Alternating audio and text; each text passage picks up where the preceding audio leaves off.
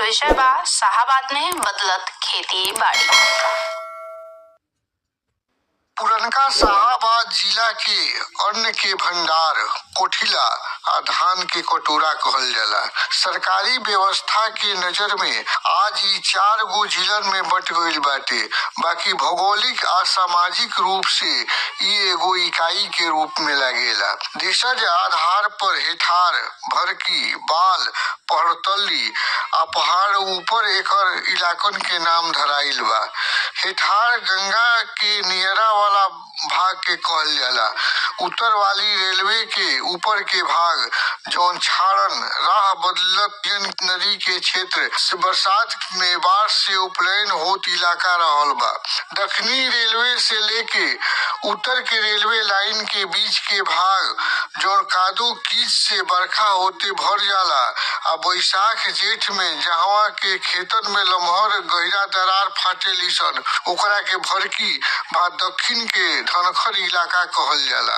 तो काऊ नदी से पूर्व के बलगर बलुआही भाग के बाल। कैमूर पहाड़ी के तिरवानी के क्षेत्र जौन पहाड़ के कगरी के गलियारा बा, चैनपुर से लेके तिलौथू तक आ ओकरा दक्षिण नौहट्टा से जदुनाथपुर तक के कोलकी के पहड़तली। कैमूर पठार के ऊपर पथरीला जगहन के बीच बीच में पावल जाए वाला मटिकर जमीन बाड़ी सन, जहवा आदिवासी समाज पुरनका ढंग से आजो खेती बाड़ी करेलन। वैसे तो शाहाबाद के भूभाग प्रशासनिक रूप से भोजपुर, आरा, रोहतास, सासाराम, बक्सर आ कैमूर भभुआ जिलन में बटा गईल बा। बाकी कृषि प्रणाली, संस्कृति, बोली बानी, रीति रिवाज सब कुछ साझा बाटे।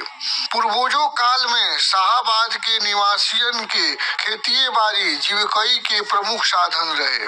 अंग्रेज सर्वेयर फ्रांसिस बुकानिन के सन 1812-13 के लिखल डायरी या विवरण में एकर मजगर जानकारी मिलेला। ओकरा यात्रा काल में शाहाबाद के बीच के मैदानी भाग विशेष कई के बाल के इलाका घनघोर जंगल आ झाड़ झुरकुटी से भरा रहे। धावा के जंगल आ जगदीशपुर के क्षेत्र सघन वन से छपले रहे, करीब 200 वर्ग मील तक फैलल। कुआथ के रास्ता में जंगल पार करत उ कहता कि एहिजा के घास फुनूस के बीचन में उगल पातर छीतर फेड़ बाड़ी सन।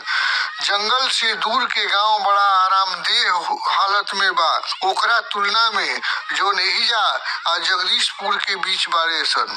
ऐसे साफ जाहिर होता कि जहाँ तहाँ मटिगर जमीन पर खेती होत हुई ओकरा के जंगली जानवर बर्बाद कर देत हुई है सर। वो क्षेत्र उस समय में जंगल महाल के नाम से जानल जात रहे। बिहिया से पियरो तक अबो वो इलाका वन्य भूमि कहल जाला।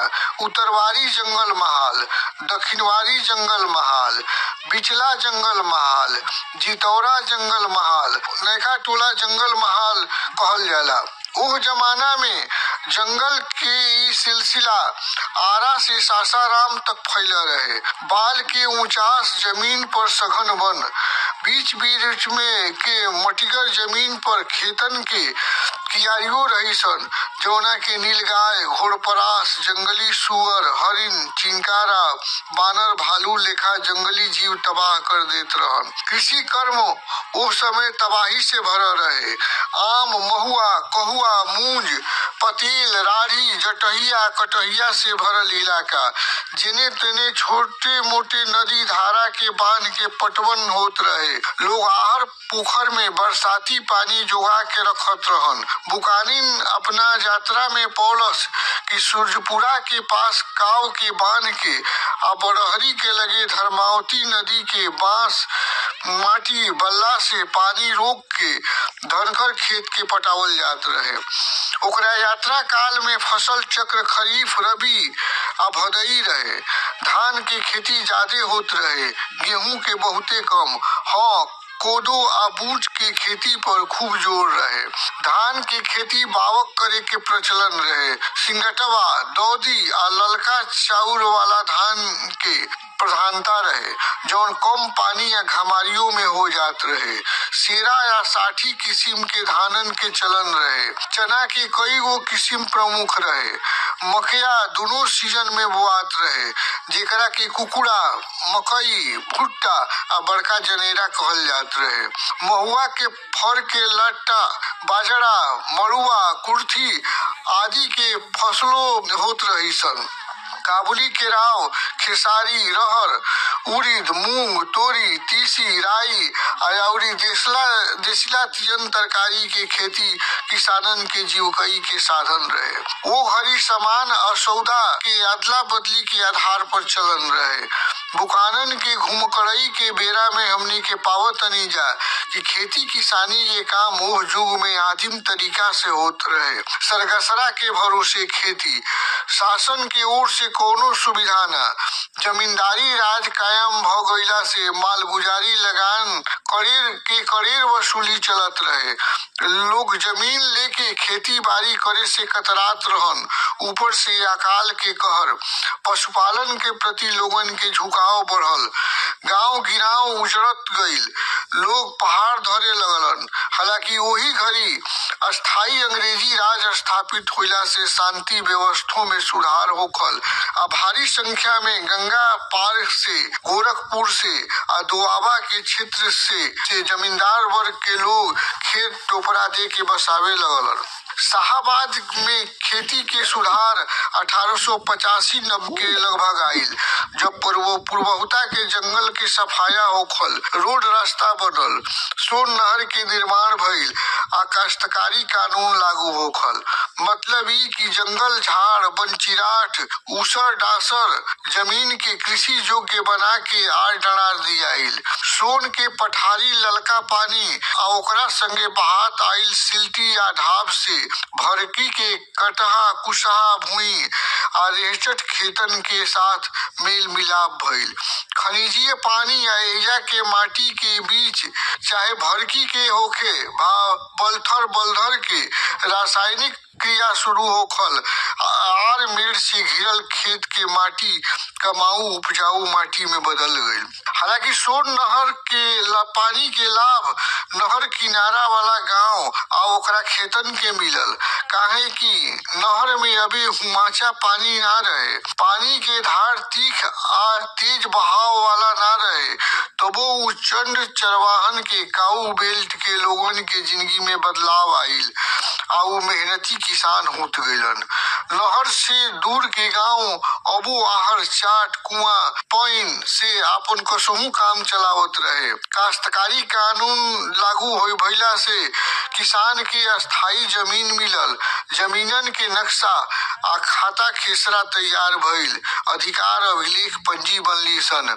किसान खुद जोते वाली जमीन के मालिक भ गइलन।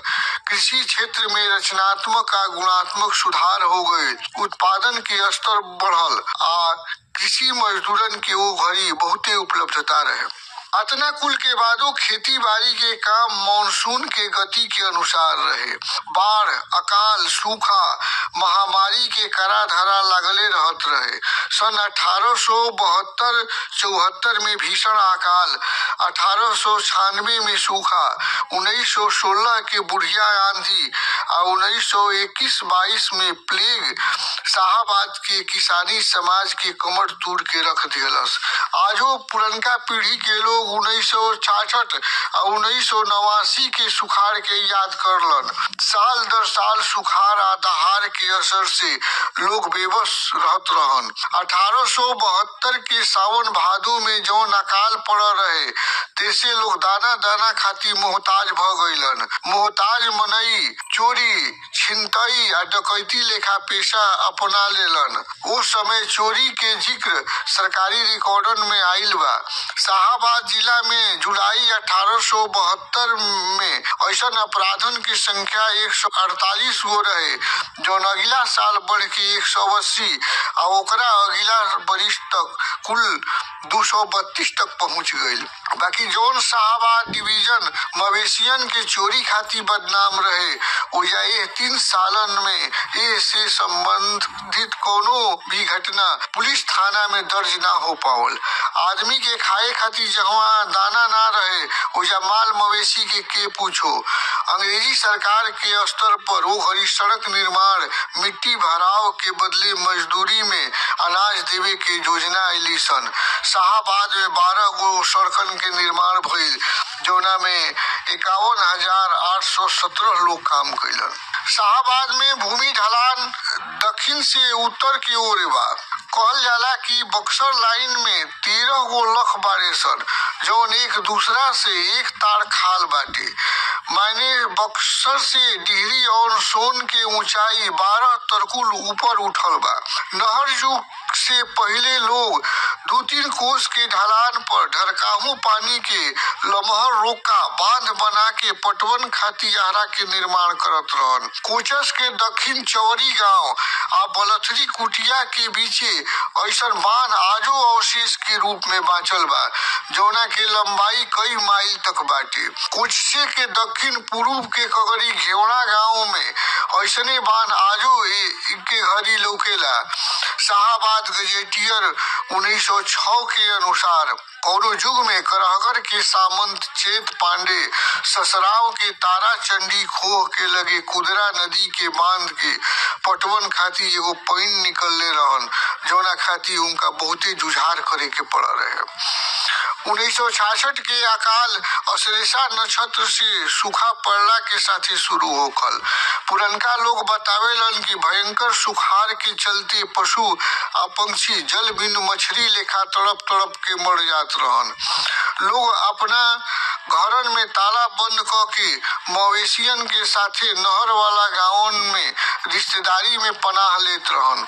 लोग दिन रात बैलन के नाद के रेहट चलावत रहन, जैसे उनका खेतन के कुछ एक टुकड़ा में लागल ऊख, सावा, कोदो और सिर धान बचावल जा सके। सरकारी स्तर से अनाज के नाम पर अमेरिका से आइल ललका गेहूं कोटा के माध्यम से बंटात रहे। स्कूलन में पाउडर वाला दूध आ गेहूं के खिचड़ी मिलते रहे। 77 खेत में संठल, मोआर, धान आ सौसे सिवान निहंग पड़ रहे। ये उ समय रहे जब उत्तम खेती, मध्यम बान, अधम चाकरी, भीख निदान के आदर्श मान के लोग जिंदगी जियत रहे। सादा जीवन उच्च विचार के लोग अपनौले रहे। इस सिलसिला आजादी के बाद के कुछ दशकन तक चलल। बहुत निमन जानकारी दिले वार्ता के जरिए हमने सभी के श्री लक्ष्मीकांत तिवारी जी। तो उनकर वार्ता जेकर विषय रहे शाहबाद में बदलत खेती बाड़ी, एहे खातिर उनका बहुते धन्यवाद बा।